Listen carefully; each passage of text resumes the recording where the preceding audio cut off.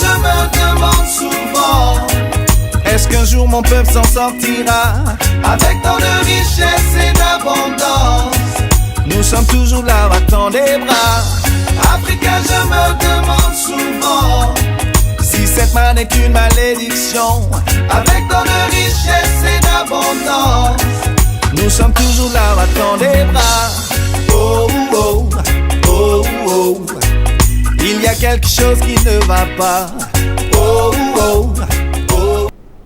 Bonsoir très chers téléspectateurs, fidèles adeptes de la pensée positive.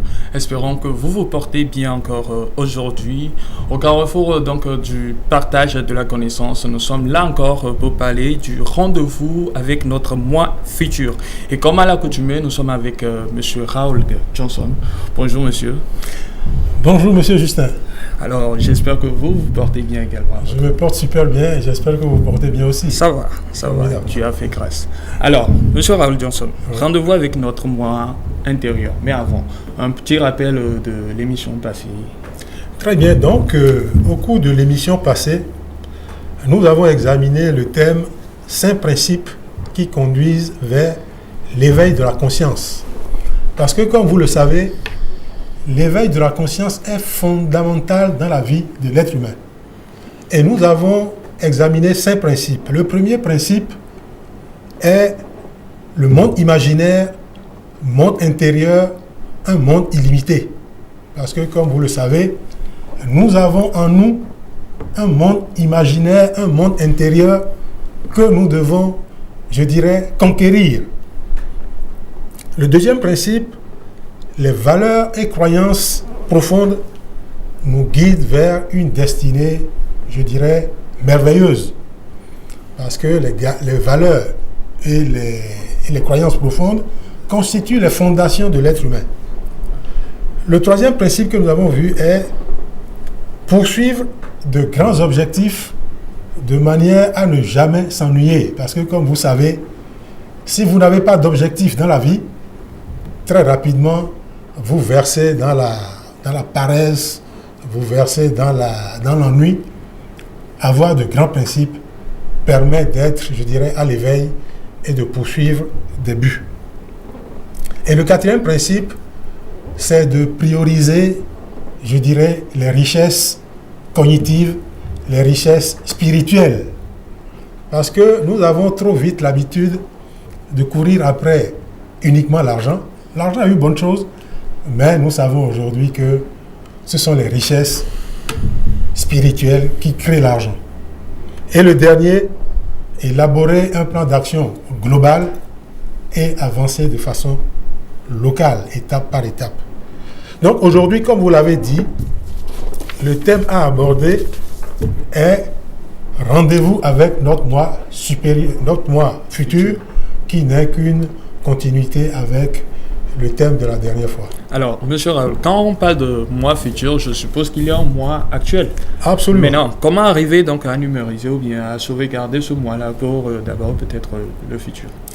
Merci, monsieur Justin. Je voudrais dire, je ne sais pas si vous connaissez la définition du mot ordinateur donnée par le dictionnaire Le Littré.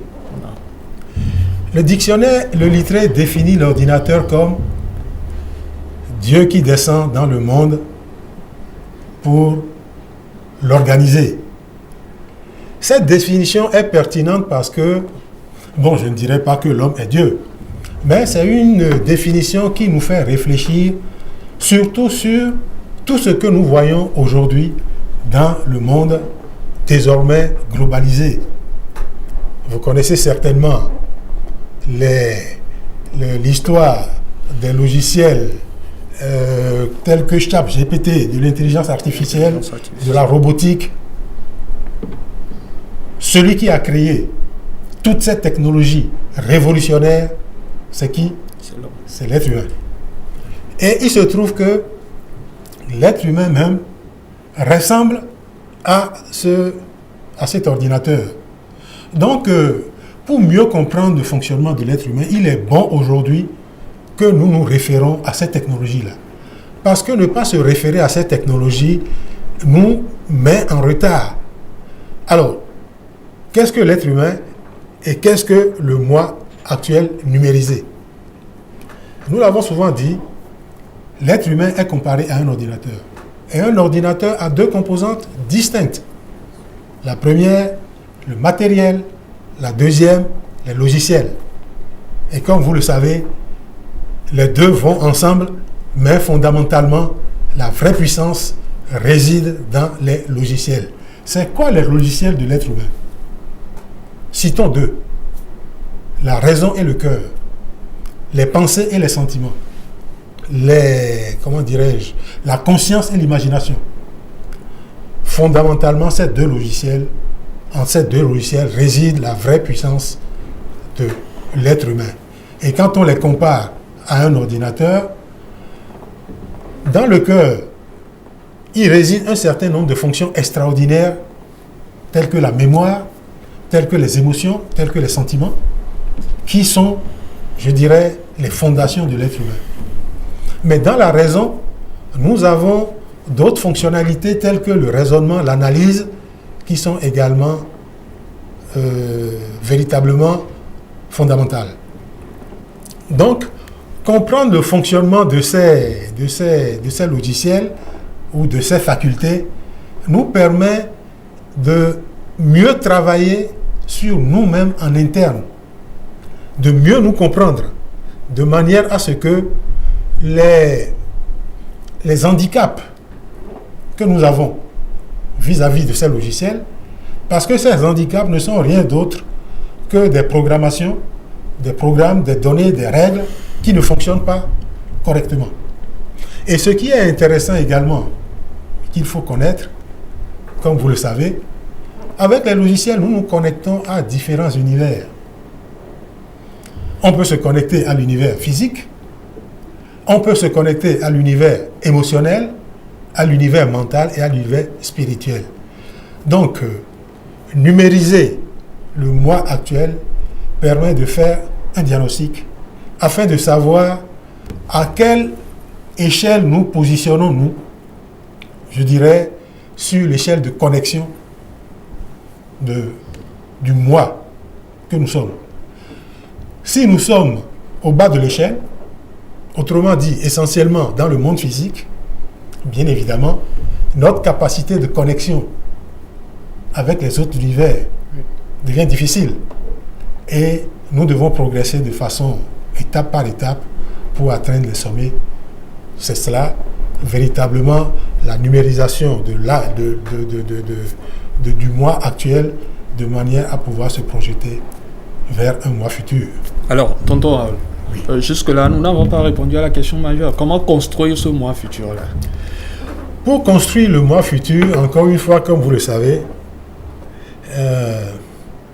il y a un philosophe qui demandait à un jeune étudiant, mais où étais-tu quand tu n'étais pas né? Si on vous pose cette question, qu'allez-vous répondre? C'est une large question. Bon, donc où étais-tu quand tu n'étais pas né? Le jeune homme a répondu qu'il était dans le ventre de sa mère. Était-il vraiment dans le ventre de sa mère? Point d'interrogation. Simplement pour dire que notre moi futur, que nous fassions une action pour le construire ou que nous ne fassions pas d'action, il se construira d'une manière ou d'une autre. Autrement dit, là où vous êtes aujourd'hui, dans 2 ans, dans 5 ans, dans 10 ans, dans 20 ans, vous savez que vous serez bien quelque part. Où vous serez, comment? Évidemment. Évidemment, vous serez quelque part, mais où serez-vous? Vous ne savez pas. Mais ce que nous savons aujourd'hui qui est extraordinaire, c'est que nous pouvons construire où nous voulons être. Construire notre personnalité, construire notre environnement. Et encore une fois, quand on prend l'exemple de l'ordinateur, vous savez que dans un ordinateur, l'ordinateur simule, je dirais, toutes les réalités de l'univers actuel. Un ordinateur peut programmer un chien, on peut programmer un lion, on peut programmer des humains. je ne me permettrai pas de dire qu'on peut programmer Dieu lui-même, mais on peut programmer l'univers dans des dimensions très profondes.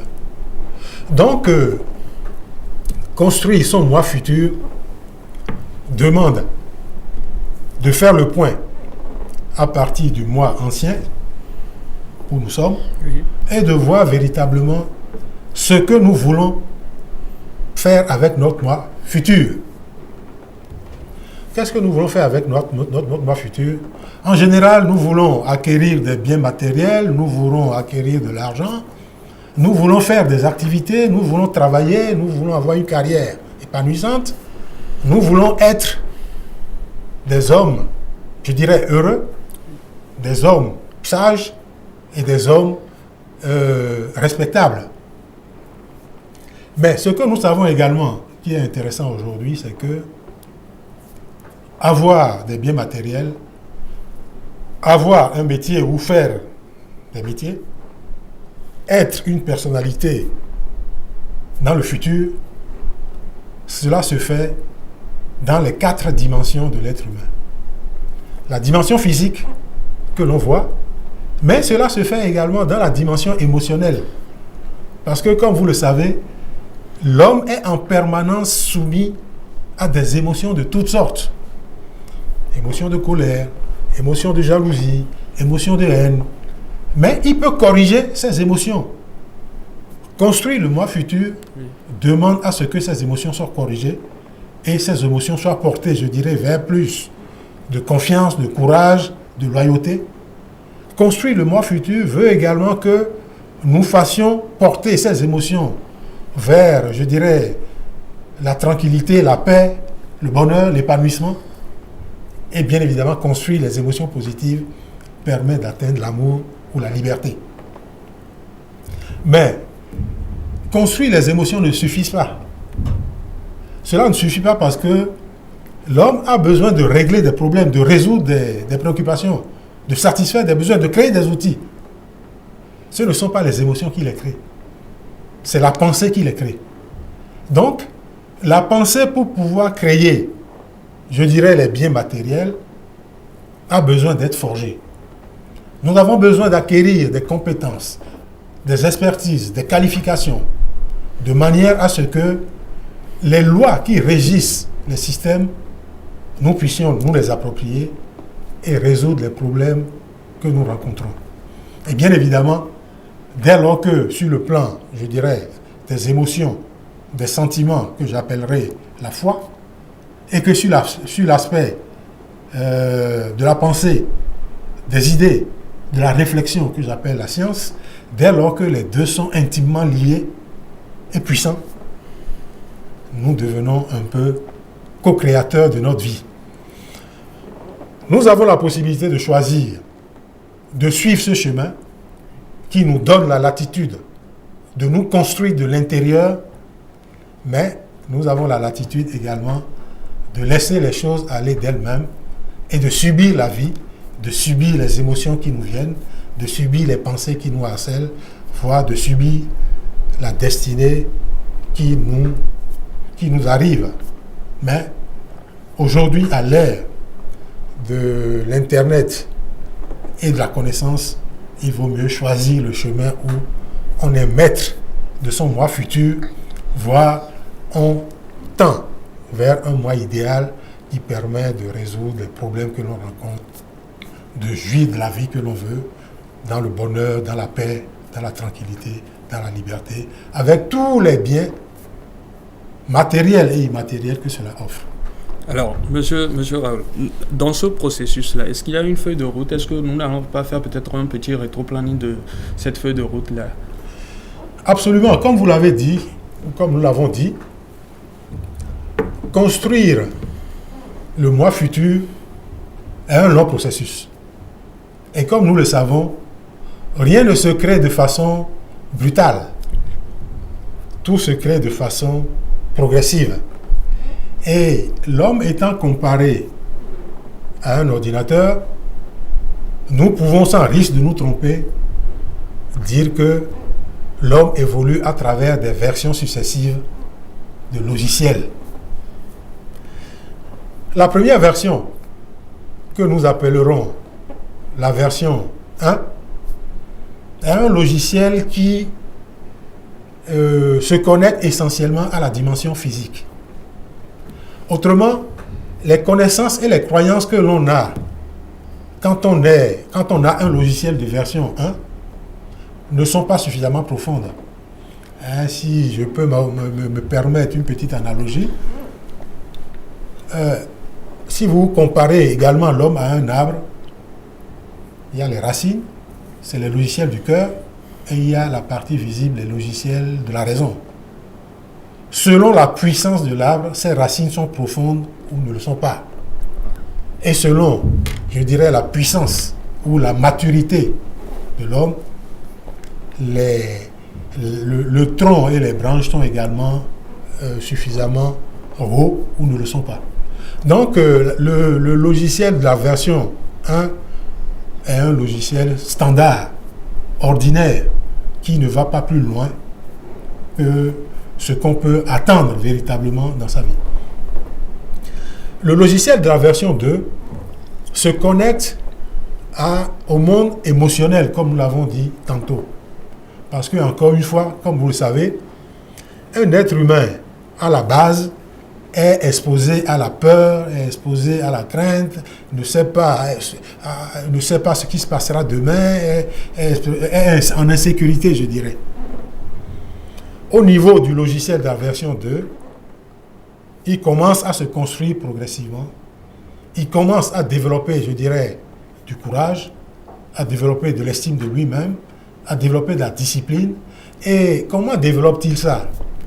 C'est essentiellement à travers les lectures qu'il peut avoir, à travers les films qu'il peut regarder, à travers les séminaires qu'il peut suivre, à travers l'éducation, à travers la religion. Il y a un certain nombre de lois que nous acquérons dans toutes ces disciplines qui permettent de forger l'être humain. Et bien évidemment, le logiciel de la version 3, c'est un logiciel plus technique. Parce que quand vous prenez un adulte, l'adulte veut résoudre des problèmes. Au niveau de la version 2, on croit. Et quand la croyance est profonde, on est confortable. Mais on ne sait pas résoudre toujours les problèmes qui se posent. Mais l'adulte commence à dire, croire est bien, mais comprendre et améliorer, c'est encore mieux. Que faut-il pour comprendre et améliorer? Il faut apprendre les lois qui régissent les problèmes que nous rencontrons. Si vous voulez inventer une voiture, il faut apprendre les lois qui régissent la voiture. Il faut déjà l'imaginer, ensuite le concevoir, et ensuite, je dirais, construire tous les éléments qui peuvent faire fonctionner une voiture. Et bien évidemment, cela se fait par rapport aux besoins que l'on rencontre. Et le logiciel de la version 4, encore une fois, c'est pratiquement le sommet du moi. C'est-à-dire que le moi commence à sortir totalement d'un être ordinaire, mais passe à l'étape d'un être, je dirais, supérieur. Et toutes les créations auxquelles nous assistons aujourd'hui nous font penser que ces créations ne viennent pas de nulle part. Ces créations viennent bien de quelque part. C'est la capacité de l'être humain à planifier à travers un rétroplanning consistant, un rétroplanning qui peut, dans une certaine mesure, partir d'un projet de 25 ans à 10 ans, à 2 ans, à 1 an, et construire progressivement son moi futur et l'environnement autour de son moi futur. Alors, monsieur Raoul, sûrement il y aura des routines quotidiennes que nous pouvons également adopter pour mettre en place ou accélérer ce rendez-vous-là avec notre monde du futur. Quelles sont ces routines-là? Donc, comme nous l'avons dit, un rétro-planning sur 25 ans, c'est quand même trop large. C'est tellement large que vous n'avez pas la visibilité nécessaire pour vous y conduire. C'est pour cela qu'il est bon de le d'échelonner de façon progressive. Mais ce que nous savons qui est extraordinaire aujourd'hui est que c'est l'action quotidienne qui permet à l'homme d'avancer. Si vous voulez faire un voyage vers la Chine, vous n'allez pas du jour au lendemain vous lancer vers la Chine. Vous allez commencer chaque jour à poser des actes qui peuvent vous conduire vers la Chine. Apprendre la langue, économiser un peu d'argent, établir quelques contacts en direction de la Chine, et puis voir le métier que vous allez apprendre là-bas, etc., etc. Mais ce qui est bien également est que c'est dans les petits actes quotidiens que vous posez que vous cumulez à un certain moment les grandes choses que vous voulez. Comme le dit un ami, les petits ruisseaux créent de grandes rivières. Dès lors que vous posez de petits actes, progressivement vous commencez à vous retrouver. Et quels sont ces petits actes? Je crois qu'il y a un certain nombre d'outils qui nous permettent véritablement d'atteindre de façon plus rapide le mois futur. Quels sont-ils? La méditation. La méditation, vous devez prendre l'habitude de vous mettre en retrait et de voir les idées, les images, les pensées qui traversent votre cerveau, votre esprit. Comme vous le savez, nous avons tous une voix intérieure en nous qui parle en permanence. Ces voix, d'une façon générale, disons même qu'il y en a deux. La première voix, c'est la voix de l'éducation que nous avons reçue. L'éducation que nous avons reçue, parce que si enfant, vos parents ont l'habitude de vous dire « Ah, attention, tu es un voyou, ah, tu t'agites trop, calme-toi un peu », vous enregistrez tout ça dans votre mémoire et ça vous revient constamment. En plus, si les parents ont l'habitude de vous dire que vous êtes bête, vous êtes inintelligent, là c'est encore grave. Parce que quand vous voulez agir, vous vous dites non, moi mon père même a l'habitude de me dire que je ne suis pas intelligent. Donc vraiment, je me complète dans cette... C'est pour ça que accompagner les enfants dans des routines quotidiennes en les félicitant, quand bien même ils ont échoué, est une bonne chose. Je voudrais raconter une petite histoire. Vous savez, dans certains peuples, on a l'habitude de dire aux jeunes, tu seras plus tard ministre de l'économie, tu seras juge, tu seras avocat, tu seras ingénieur. Et les jeunes enfants intériorisent ces pensées-là. Et vous savez ce qui se passe plus tard? 80% de ces enfants deviennent ce qu'on a prévu qu'ils seront. Parce qu'à force de le répéter, la voix intérieure commence également à leur répéter la même chose et au final, ils se retrouvent face à leur moi futur qui est à l'image de ce qu'on leur a répété. Une deuxième façon de le faire, bien évidemment, c'est l'autosuggestion. On a parlé de la méditation, de l'autosuggestion, de l'introspection. Même dans les activités, je dirais, élémentaires, vous pouvez adopter des routines. Par exemple, chaque matin, dès que vous vous levez, vous pouvez vous mettre à dresser votre lit et à le dresser de façon impeccable, de manière à ce que vous preniez l'habitude d'avoir un tel comportement. Également, vous vous réveillez le matin ou chaque jour, vous devez faire l'effort de lire des pensées qui vous forgent. Parce qu'en réalité, notre moi se forge essentiellement dans nos lectures, dans les films, dans les séminaires, dans les rencontres que nous avons. Mais bien évidemment, comme vous le savez, il faut que ce soit des lectures de qualité. Parce qu'en réalité, il y a des lectures qui n'ont de valeur que pour celui qui les écrit. Donc, bref, les routines quotidiennes, on peut en créer un certain nombre. Et il y a certains qui comparent même les routines quotidiennes à des rituels. Rituels parce que je me rappelle quand on était jeune, quand vous allez en classe et que vous ne voulez pas que le maître vous appelle parce que vous n'avez pas appris la leçon, on nous disait de faire le doigt comme ça. Et quand vous faites le doigt comme ça, vous mettez dans votre poche de manière à ce que on ne vous appelle pas. Bon, donc c'est autant de petits rituels qu'on fait. Bien souvent ça marche, mais ça reste la superstition. C'est pas parce que vous aurez fait les doigts comme ça qu'on ne vous aurait pas appelé. Mais quand vous faites ces rituels ou ces routines-là, ça vous donne plus d'assurance, ça vous donne plus de confiance en vous et ça vous donne plus de détermination. Mais il faut apprendre les leçons, il faut faire ce qu'il faut pour avancer vers le moi, non pas faire de petits rituels superstitieux pour y arriver. Alors, merci beaucoup, tonton Raoul.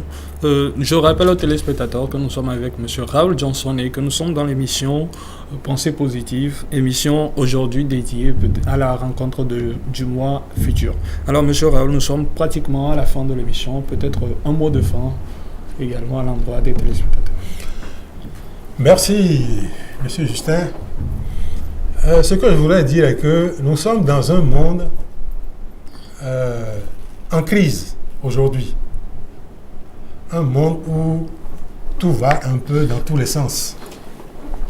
Et dans un tel monde, les technologies ont pris une importance fondamentale. Mais il se trouve que dans ces technologies, l'une d'elles, qui est l'ordinateur, est à l'image de l'être humain lui-même. Et nous avons vu que l'ordinateur n'est qu'un système de mémoire, un système de facultés, un système de logiciels qui permettent d'agir.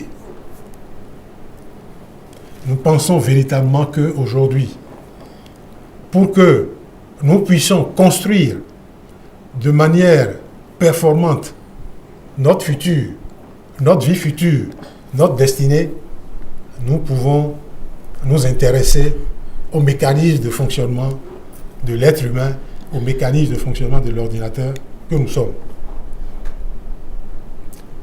Parce que, d'une façon générale, c'est ce qu'on met dans l'ordinateur qui ressort. Nos réalisations ne sont rien d'autre que les connaissances et croyances, les pensées et sentiments que nous avons capitalisés tout le long de notre vie.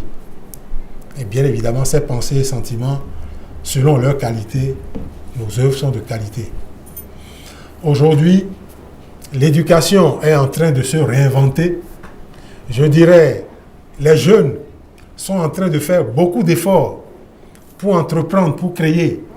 Mais nous pensons qu'il n'est pas mauvais de faire une petite pause et de voir comment on fonctionne individuellement et collectivement, de manière à ce que, collectivement et individuellement, nous puissions forger notre ordinateur personnel pour un moi futur beaucoup plus grand, beaucoup plus riche, beaucoup plus abondant, beaucoup plus capable de contribuer au développement de l'Afrique. Si cette aventure vous intéresse, nous vous demandons de bien vouloir vous joindre à nous en nous appelant au 00228 98 83 42 69. 00228 98 83 42 69. Je vous remercie. Merci à vous, Monsieur Raoul Johnson. Arrivez à numériser donc votre moi actuel, arrivez à vous construire, disciplinez-vous, mettez en place ces routines-là et rendez-vous donc avec votre moi futur. Merci, au revoir. Merci. Africain, je me demande souvent, est-ce qu'un jour mon peuple s'en sortira avec tant de richesse et d'abondance? Nous sommes toujours là, battant des bras. Africain, je me demande souvent si cette manne est une malédiction, avec tant de richesse et d'abondance. Nous sommes toujours là, battant des bras. Il y a quelque chose qui ne va pas. Oh, oh,